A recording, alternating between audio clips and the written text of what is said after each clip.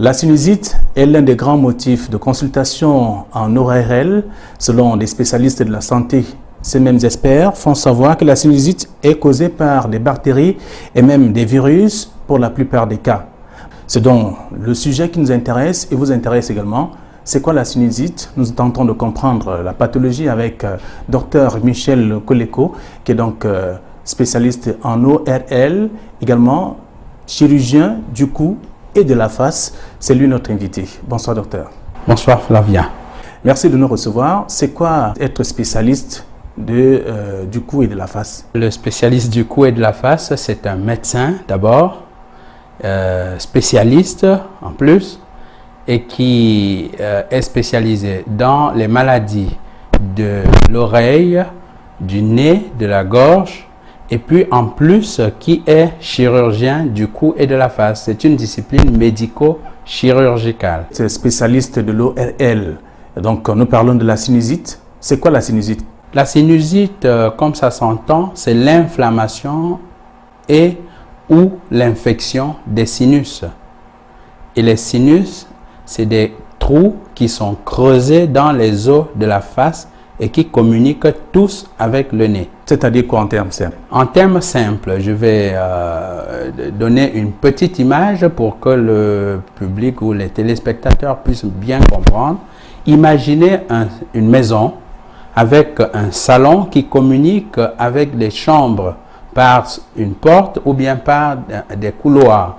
Donc le nez ici est comme le salon et les sinus sont comme des chambres et les deux communiquent soit par des portes, soit par des couloirs.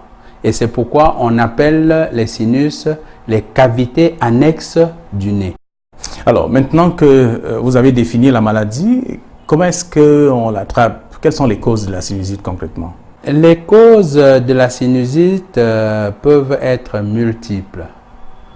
Il y a d'abord les causes microbiennes. Les causes microbiennes en ce sens que ça peut être des virus, des bactéries, mais il faut parler beaucoup plus des portes d'entrée ou de voies de contamination. La voie de contamination des sinus la plus importante, c'est le nez. C'est-à-dire à l'occasion d'un rhume banal, étant donné que le sinus communique avec le nez comme les chambres avec un salon, à l'occasion d'un rhume banal qui donc passe par le nez, les germes peuvent aller dans les sinus, qui sont ces cavités creusées dans les os de la face, et entraîner une inflammation ou une infection. Et quand elle est constituée, on appelle cette infection ou cette inflammation sinusite. Alors, quelle différence il y a, comme vous semblez le dire, entre le rhume et la sinusite? Alors, pour nous spécialistes, un rhume est potentiellement, n'est-ce pas, peut entraîner une sinusite. Et nous parlons d'ailleurs de rhinosinusite parce qu'il s'agit d'une continuité entre les deux cavités. Mais si vous voulez qu'on fasse une différence vraiment stricte, un rhume, c'est une infection, une inflammation du nez. Et puis, la sinusite, c'est une infection ou une inflammation, n'est-ce pas, des sinus. Mais pour nous, comme c'est un continuum ou une continuité, nous parlons habituellement de rhinosinusite. Alors, vous avez parlé des voies de contamination tout à l'heure, mais comment ça se passe? Est-ce qu'il faut être là où il y a trop de poussière? Il faut être où, à quel endroit précisément pour pouvoir attraper la maladie? Alors, très bien. Vous avez parlé de poussière. La poussière ici peut être rangée dans le groupe de ce que nous appelons les allergènes, c'est-à-dire des agents de l'environnement qui peuvent entraîner une inflammation du nez et des cavités annexes que sont les sinus. Pas forcément, n'est-ce pas, qu'on soit exposé à la poussière. Il y a des gens qui, exposés à la poussière, ne présentent pas de réaction. D'autres qui sont sensibilisés, qui peuvent présenter, n'est-ce pas, une réaction à type d'une allergie. Et cette allergie peut entraîner une inflammation du nez et des sinus aussi. Mais, somme toute, il faut comprendre dans le sens le plus simple. Un rhume banal, mal géré ou mal traité, ou parfois même traité, peut s'étendre dans les sinus et entraîner une sinusite. Alors, il faut attraper le rhume une fois, deux fois ou plusieurs fois pour... On peut l'attraper une fois et faire sa sinusite, tout comme on peut l'attraper plusieurs fois et pas forcément faire une grosse infection des sinus. Est-ce que le fait d'absorber, par exemple, le gaz lacrymogène en grande quantité peut créer la sinusite? Bien sûr que le gaz lacrymogène est un irritant pour les voies respiratoires en général et pour les voies nasales et pour les cavités nasales et sinusiennes en particulier. Donc, si l'on est exposé à une inhalation de gaz lacrymogène, on peut faire une rhinite et voire même une rhinosinusite. Même les employés des scieries, par exemple, ou alors des cimenteries aussi? Bien sûr que sur le plan des pathologies professionnelles, lorsque les cimenteries, les scieries peuvent exposer aux rhinosinusites, mais plus grave à d'autres pathologies cancéreuses, n'est-ce pas, entre autres, des voies, enfin du nez et des sinus.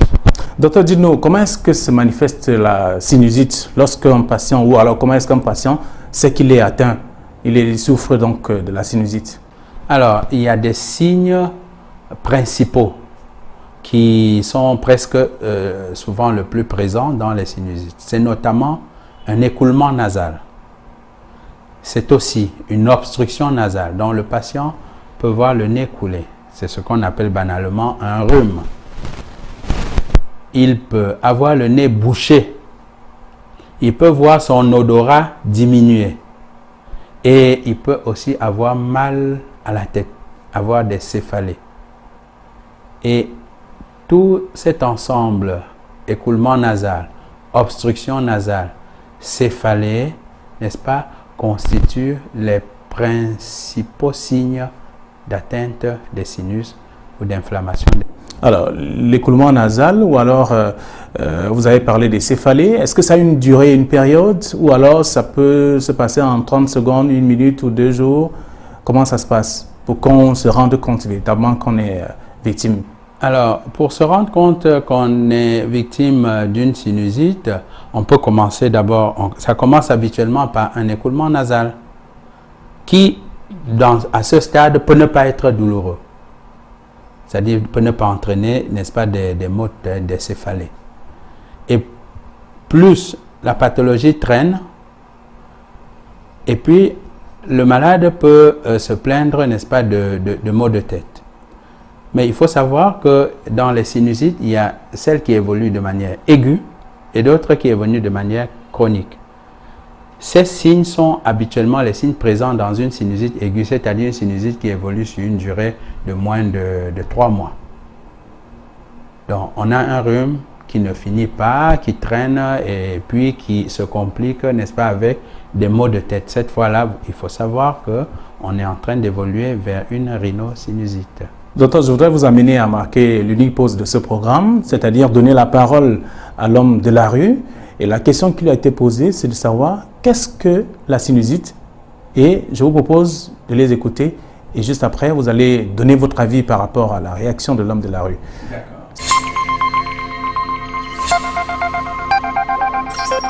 Oui, j'ai entendu parler. Bon, c'est une maladie qui se manifeste comme le rhume. On a l'impression d'avoir du rhume, l'écoulement nasal à toute heure, de temps en temps, mais ce n'est pas vraiment le rhume. Ça se complique au fur et à mesure quand on n'est pas suivi par un médecin. Bon, non, mais j'ai des gens autour de moi qui souffrent de cette maladie. De temps en temps, ils ont l'impression d'être enrhumés, mais avec le traitement des médecins, tu as l'impression que ça calme et après ça revient. Et de temps en temps aussi les violents maux de tête qui se manifestent. À mon humble avis, la sinusite, c'est quand on a ce symptôme de mauve qui monte dans la tête et ça revient sous forme de pus. Vous voyez un peu. Et quand ça coule là, ça dégage. On ne parvient pas à respirer, donc on est obligé d'incruster les sondes là, dans les narines et de boucher pour pouvoir respirer avec. Je sais que la sinusite, c'est une maladie qui fait couler les narines tout le temps, que ça donne de violents maux de tête. Ça sent même parfois le pus qui sent. Et tout le temps, vous êtes en train d'avoir la grippe. C'est une maladie externe qui...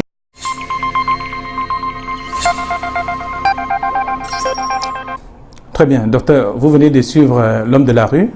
Quelle est votre appréciation? Ben, écoutez, parmi les intervenants, je pense que 4 intervenants sur 5 savent déjà au moins quel est le signe principal d'une sinusite, c'est-à-dire l'écoulement nasal. Je crois parmi ceux qui sont intervenus, au moins les 3 quarts ont parlé d'un écoulement nasal, d'un rhume. Et ça, c'est déjà bien de le savoir. Ça prouve que le public sait ce qu'on appelle la sinusite. Disons que sommairement, le public a une idée de ce que peut être une sinusite, puisqu'elle constitue un motif de consultation assez fréquent dans les hôpitaux, même du médecin généraliste et du spécialiste que nous sommes. Docteur, dites-nous, quelle est l'attitude de quelqu'un qui est victime de la sinusite? Le conseil que nous donnons, parce qu'en fait, la sinusite, il faut la considérer beaucoup plus dans les risques de complications, dans les complications assez graves qu'elle peut entraîner. Parce que vous savez, le nez, les sinus sont des voisins directs du cerveau et de l'œil. Et c'est pourquoi on dit que les complications des sinus sont habituellement méningo-encéphalytiques, c'est-à-dire elles peuvent toucher l'enveloppe du cerveau, le cerveau lui-même ou bien les yeux. Parce que sur le plan anatomique, c'est des organes voisins. Alors, ça voudrait dire que lorsqu'on a un rhume, il ne faut pas le banaliser. Il faut directement aller en consultation. Même s'il ne traîne pas, il faut directement aller en consultation. Parfois, une petite prescription, un simple lavage du nez peut améliorer ou bien guérir votre rhume. Mais lorsqu'on a un rhume, on se dit ça va finir aujourd'hui, ça va finir demain. Alors ce rhume peut se compliquer d'une sinusite. Et si l'on ne consulte pas, cette sinusite peut entraîner des complications assez graves. Alors vous avez écouté l'homme de la rue qui estime que ça dégage des odeurs nauséabondes, par exemple. Ce n'est pas toutes les sinusites qui sont fétides. Il y a des sinusites particulièrement qui peuvent être fétides. C'est les sinusites qui ont pour porte d'entrée une infection dentaire. D'où l'importance, parce qu'en fait, on les appelle les sinusites chroniques d'origine dentaire. Parce qu'en fait, certaines dents ont leurs racines qui vont au contact du sinus maxillaire. C'est notamment, n'est-ce pas, la deuxième prémolaire, la première molaire et la deuxième molaire supérieure. Ces dents-là, nous les appelons les dents sinusiennes, parce que leurs racines vont dans le fond du sinus.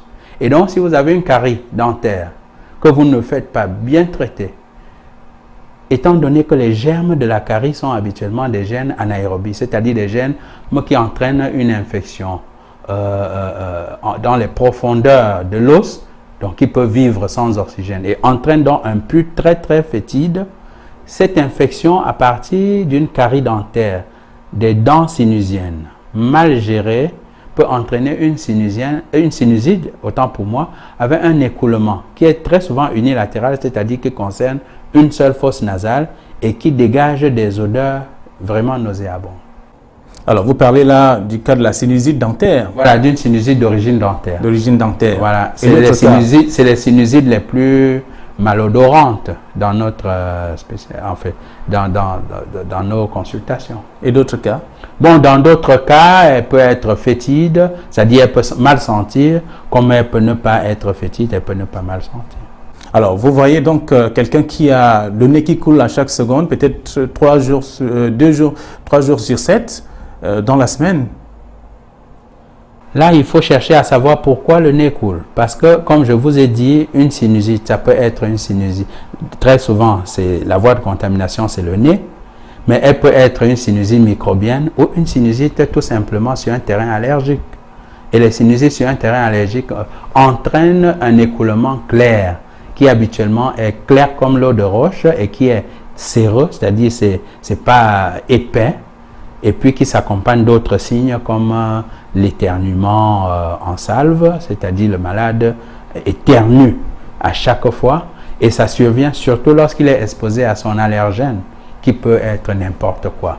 Ça peut être la poussière, ça peut être les moisissures, ça peut être, n'est-ce pas, les parfums et les odeurs fortes, Ça peut être aussi les gaz, comme vous avez évoqué tantôt, le gaz lacrymogène. Docteur, est-ce que vous avez l'impression qu'à l'arrière-pays, on connaît tous ces éléments pour comprendre qu'on peut être atteint, on peut être victime de la sinusite? Moi, je pense que la sinusite, c'est une pathologie, je veux dire, cosmopolite. Ça veut dire, c'est une pathologie qui touche tout le monde et n'importe où. Il n'y a pas de zone ciblée pour attraper une sinusite. Et puis, dans l'arrière-pays, comme vous le dites, ça dépend de la culture de tout un chacun. Mais les gens, parfois, attribuent au sinus certains signes qui ne sont pas forcément sinusiens.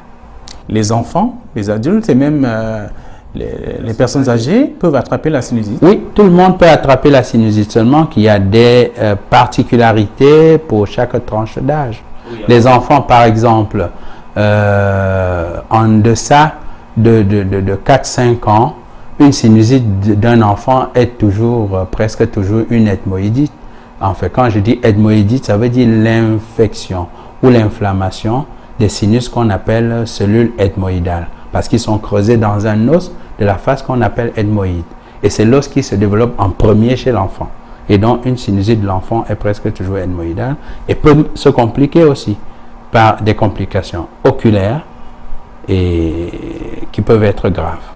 Et chez l'adulte? Chez l'adulte, habituellement, c'est souvent des sinusites maxillaires. Des sinusites maxillaires qui peuvent être bactériennes, virales, par des champignons aspergillaires, ou bien même des sinusites sur un terrain allergique. Même chose chez les personnes âgées? Chez les personnes âgées, oui. Alors, docteur, on va entrer dans la phase de la prise en charge. Comment se fait la prise en charge de quelqu'un victime de la sinusite? Alors, la prise en charge d'une sinusite est médicale et peut être aussi chirurgicale dans les sinusites chroniques ou dans les sinusites que nous appelons des sinusites bloquées, lorsque le sinus ne communique plus avec le nez parce que le canal est bloqué. Alors, sur le plan médical, la première chose à faire, c'est la désinfection de la cavité nasale. Il faut pouvoir bien nettoyer pour être terre à terre ou laver le nez. Parce que le sinus draine dans le nez.